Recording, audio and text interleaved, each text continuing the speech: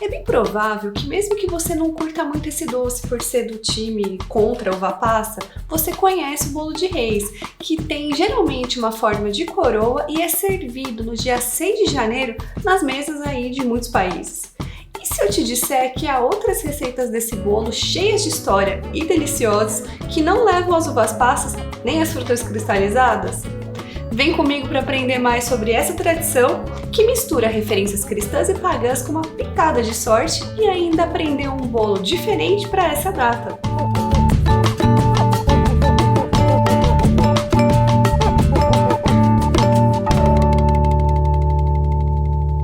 Olá, eu sou a Carol Viotti e esse aqui é o Comer História. Se você está vendo esse vídeo no dia da estreia, talvez já saiba que para a Igreja Católica hoje se celebra o Dia de Reis e no Brasil, para católicos ou não, é a data de desmontar a árvore de Natal e também dia de bolo. Esse dia marca no calendário cristão a chamada Epifania do Senhor, ou seja, ocasiões em que a natureza divina de Jesus Cristo foi manifestada para as pessoas. O termo epifania, aliás, de origem grega, significa aparição ou manifestação.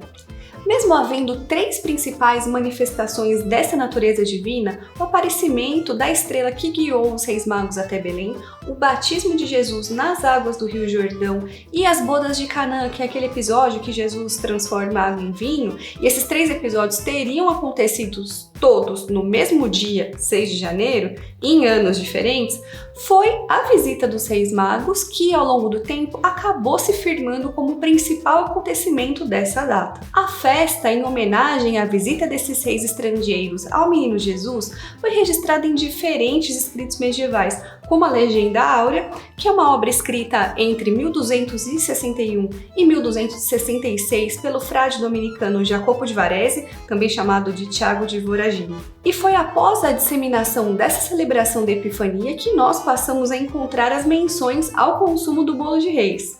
No livro Costumes, Leis e Ritos de Todas as Gentes, publicado pela primeira vez em 1520 e traduzido para o francês em 1552, o humanista alemão Johann Boemus conta que na França, durante a festa da Epifania de Nosso Senhor, em cada casa se faz um bolo de farinha de trempé com mel, gengibre e pimenta e escolhem um rei da seguinte maneira: aquele ou aquela encarregada de fazer o bolo coloca dentro dele uma moeda de prata sem marcar onde está. Depois de pronto, corta-se o bolo na mesma quantidade de pessoas que há na casa, contando um pedaço a mais para Nosso Senhor, outro para a Virgem Maria e outro ainda para os 3 Reis Magos. Esses pedaços são oferecidos como esmola.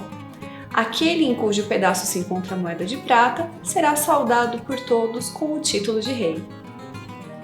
Essa descrição super interessante mostra detalhes de como o bolo era consumido nessa espécie de brincadeira feita com uma moeda ou uma fava, uma espécie de grão colocada no meio da massa do bolo. O costume de comer o bolo de reis desse jeito se difundiu principalmente na França quando as cortes, cada vez maiores, passaram a valorizar os jogos e outras formas de sociabilização que também incluíam a partilha dos alimentos. Conta-se que na corte de Luís XIV, o conhecidíssimo Rei Sol, ícone do absolutismo francês, era comum animar as festas e banquetes dados em seu palácio, oferecendo à mesa dos convidados um bolo de reis para que cada grupo pudesse se divertir, escolhendo entre eles um rei, que durante aquele dia tinha os seus desejos atendidos. O bolo foi representado em quadros de vários artistas, como na obra datada de meados do século XVII, A Festa de Reis, de Gabriel Metsu, ou o quadro chamado Le Gâteau de Roi, feito por Jean-Baptiste Greuze em 1774. Nesse último, nós vemos uma criança distribuindo os pedaços do bolo, tendo sido deixado um pedaço em separado, a parte de Deus ou a parte dos pobres. E como esse bolo que fez parte da mesa dos reis era feito?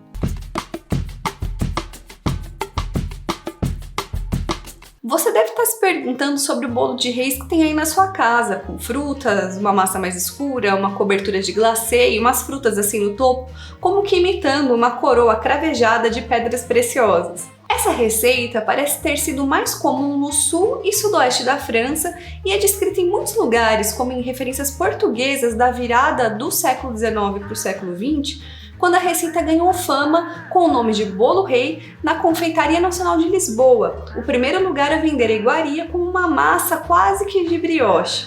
Essa receita vai chegar à Península Ibérica e depois no Brasil, mas mesmo por aqui no século XIX, o período de onde vem a receita que a gente vai fazer hoje, a versão que fez mais sucesso por bastante tempo não tinha frutas e tem a sua origem no norte da França. Achei bacana trazer a versão menos polêmica do bolo, que é consumido ainda hoje na França e pode ser encontrado como galette de roi, não só por não ter as passas, que eu particularmente adoro, mas também porque ela abre infinitas possibilidades com a sua base, que é de massa folhada. E antes que você diga que é muito difícil fazer massa folhada, eu adianto que vocês que já aprenderam e fizeram doce de leite, amêndoa confeitada e panetone, vão tirar de letra. Na verdade, a massa folhada ela exige geometria e um pouquinho de paciência por conta das dobras e dos descansos, que num clima como o nosso, mais quente que o francês, é essencial. Isso porque a massa é basicamente farinha de trigo, água e manteiga, que não pode derreter na bancada ou na sua mão enquanto você está ali trabalhando com ela, mas calma que vocês já vão entender. Inicialmente, não havia uma receita específica para massa e era chamado de bolo de reis ou bolo rei qualquer tipo de bolo que tivesse essa fava ou a moeda no meio. À medida em que a receita passou a alimentar os nobres desses reinos cristãos e que os melhores cozinheiros eram requisitados para fazer essas preparações, aí começou a registrar a receita como bolo de rei com uma massa específica. A gente vai fazer aqui uma receita de 1873, encontrada no Le Livre de Pâtisserie, de Jules Gouffet, um chefe e confeiteiro cujo trabalho teve um impacto enorme na renovação da gastronomia francesa no século XIX. Esse livro não é só uma referência na confeitaria e na arte decorativa da comida, mas usa o nome tipo bolo de reis para as preparações com massa folhada. Então eu achei que seria o passo a passo perfeito para a gente tentar por aqui. Então vamos usar 300 gramas de farinha de trigo, 250 gramas de manteiga, 170 ml de água e 1/4 de colher de chá de sal, é só isso. Vamos então colocar a farinha de trigo, a água e o sal na vasilha da batedeira. Vocês podem fazer esse processo à mão, mas para ficar muito mais fácil de fazer essa massa folhada, vamos usar a batedeira para facilitar. O processo é rápido, gente, 3 a 5 minutinhos batendo, ela já vai ficar na consistência perfeita. Vocês vão sentir que ela tá super macia, bem molinha, e nesse momento a gente faz uma bolinha e um quartinho em forma de cruz para a massa relaxar, uma meia hora. Enquanto isso, vamos trabalhar a manteiga. Colocamos a manteiga entre 2 folhas de papel manteiga e a gente vai dar uma socadinha nela assim para formar um retângulo. Podem dobrar as beiradas para facilitar o formato. Não tenham medo, bate na manteiga e alisa aí com o rolinho. Mais uma meia hora de manteiga na geladeira para as duas ficarem relaxadas e na mesma temperatura. Lembrem que o importante é a manteiga não derreter. Passados 30 minutos, a gente vai abrir a massa num formato retangular. Esse retângulo tem que ser maior que o retângulo de manteiga. Com a manteiga gelada, a gente posiciona no centro da massa, usa um rolinho para ela grudar bem uma na outra e a gente vai fazer como se fosse um envelopinho. Cobrir a manteiga de uma forma assim bem seladinha com toda a massa. A gente polvilha de novo farinha na bancada e vamos abrir essa massa num retângulo maior. Aí vai começar o processo das dobras, esse processo temido, mas que vocês vão ver que é fácil. Vamos dobrar em 3. A gente vira a parte das dobras para nossa frente, vamos abrir mais uma vez e dobrar em 3 de novo. Fica um pacotinho como esse. Aí é importante a gente deixar a massa descansar, envolvida em papel filme na geladeira, uns 20 minutos. E aí vamos repetir o processo das dobras mais 2 vezes, mas dessa vez de uma forma mais simples. Abrimos o retângulo no mais comprido possível e dobramos em 3. Colocamos o papel filme novamente, deixamos 20 minutinhos na geladeira, abrimos de novo, dobramos de novo e aí tá na hora de fazer o bolo.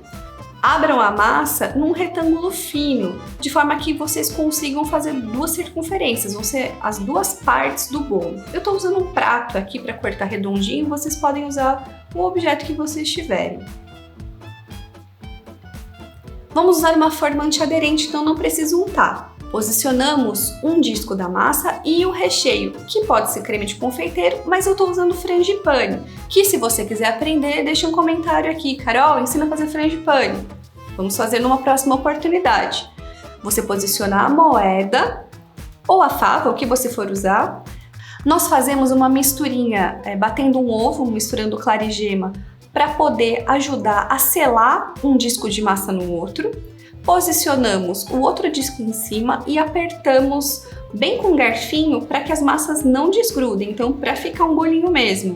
E usamos a mesma misturinha para pincelar em cima da massa e deixar um bolo bem douradinho. Ele vai ficar entre 25 e 30 minutos em forno médio pré-aquecido até ficar bem dourado e lindão. Aliás, essa moeda é também uma pista de que havia outros reis celebrados com esse bolo. Isso porque o costume de colocar algum objeto ou um grão duro no meio da massa do bolo para deixar para a sorte a decisão de quem seria escolhido numa espécie de sorteio já era comum na antiguidade, bem antes das festas das cortes francesas que a gente comentou agora. Entre os romanos, esse sorteio era feito especialmente durante as Saturnálias, isso é, as festividades de fim de ano que eram feitas em homenagem a Saturno, deus romano que equivale a Cronos na mitologia grega, o deus do tempo e o rei dos titãs. Essas festividades celebravam um período iniciado pelo solstício de inverno, ou seja, por volta do dia 23 de dezembro. Mas mais que isso, eles comemoravam um novo ciclo iniciado pelo ano. Entre os romanos, era servido um pedaço do bolo para cada um dos presentes e quem encontrasse o objeto era eleito o rei da cerimônia e poderia dar ordens aos outros e ter os seus desejos atendidos. E a graça do jogo está no fato de que qualquer um poderia ser o rei por um dia, inclusive pessoas de posições sociais inferiores.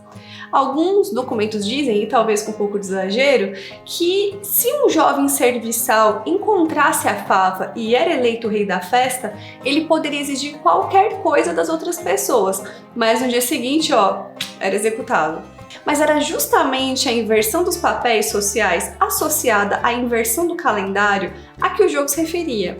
Essa prática, ligada em um primeiro momento às festas pagãs, sobreviveu à cristianização da Europa, se adaptou às novas crenças e hábitos que foram se solidificando ao longo do tempo e não à toa dá para notar as várias aproximações com as festas cortesãs francesas, né? Apesar de ter se cristianizado, associando valores diversos ao seu consumo, a origem pagã ou não cristã do bolo de reis foi alvo da crítica de vários religiosos que viam nessa tradição uma afronta aos bons costumes. É o que a gente observa, por exemplo, no livro publicado pelo cônego francês Jean de Lyon, em 1644, intitulado Discursos Eclesiásticos contra o Paganismo dos Reis da Fava e do Rei Bebe, em que ele acusa os adeptos do costume de incorrerem em práticas idólatras. Pouco tempo depois, após a Revolução Francesa ter mandado o rei para a guilhotina e acabado com a monarquia, o bolo, que tem um nome real, também foi alvo de suspeita por querer eleger um rei entre as pessoas. Nessa obra de 1804, o escritor e jornalista Alexandre de La Reynière conta, com o seu tom ácido, que durante o tempo em que os revolucionários tinham tomado a França, ele tinha que comer o bolo de reis às escondidas, porque as pessoas que consumiam o bolo poderiam ser presas pelos revolucionários sob acusação de serem monarquistas. Para salvar o bolo, alguns padeiros chegaram a propor uma mudança no seu nome. O bolo de reis viraria bolo da igualdade. Mas essas não foram as únicas polêmicas causadas pela preparação. Na edição de 1939, então bem mais recente, da revista portuguesa Ocidente, a prática é vista como um estrangeirismo pagão. Ali a gente lê o seguinte: afinal, que é esse bolo senão o francesíssimo Gâteau de Roi? Veio de lá como Papai Noel, que para o bom nome de franceses não é francês. Veio de lá com a árvore de Natal, um dos meios de descristianizar o Natal. Mais recentemente, com o costume já consolidado em Portugal, algumas leis de segurança alimentar ligadas à União Europeia tentaram proibir a venda do bolo com objetos dentro em razão do risco de engolir algum, engasgar e assim, podia se tornar um bolo super perigoso. Apesar de todas as críticas e acusações, o hábito de comer o bolo de reis resistiu ao tempo, chegando também a desembarcar no Brasil, como vocês sabem, mas isso aconteceu ainda na primeira metade do século XIX, período em que a França exercia uma forte influência sobre os principais centros urbanos brasileiros. Nós encontramos no Jornal do Comércio, numa edição publicada no Rio de Janeiro em 1844, um anúncio de que no dia 6 de janeiro haveria na confeitaria do Braço de Ouro, na Rua dos Ourives, gâteau de reis com uma fava dentro, conforme se usa em França. Lemos também no Almanach Lemaire, publicado no Rio de Janeiro em 1904, que durante os festejos de Natal e de Reis houve a distribuição de objetos, brinquedos e etc., havendo sempre um banquete para as criancinhas pobres e o bolo de reis com prêmio, referindo-se provavelmente àquele que encontrasse a fava. O nosso bolo ficou assim, dourado, bem folhado, com recheio cremoso, aveludado, muito saboroso e bem difícil de comer só uma fatia. É para perder o receio de fazer massa folhada e se deliciar com essa receita que é digna de um rei ou de uma rainha. Seja em comemoração ao calendário solar ou a Epifania do Senhor, agora que você descobriu que você também pode ser rei por um dia, escolha uma fava, pode ser uma ervilha, um feijão, coloque no meio da sua massa e nos conte aqui nos comentários o que você faria se também fosse um rei ou uma rainha por um dia. E não se esqueça de curtir e se inscrever aqui no canal se quiser receber outras histórias deliciosas. A gente se vê em breve com mais receitas e mais histórias. Tchau, tchau!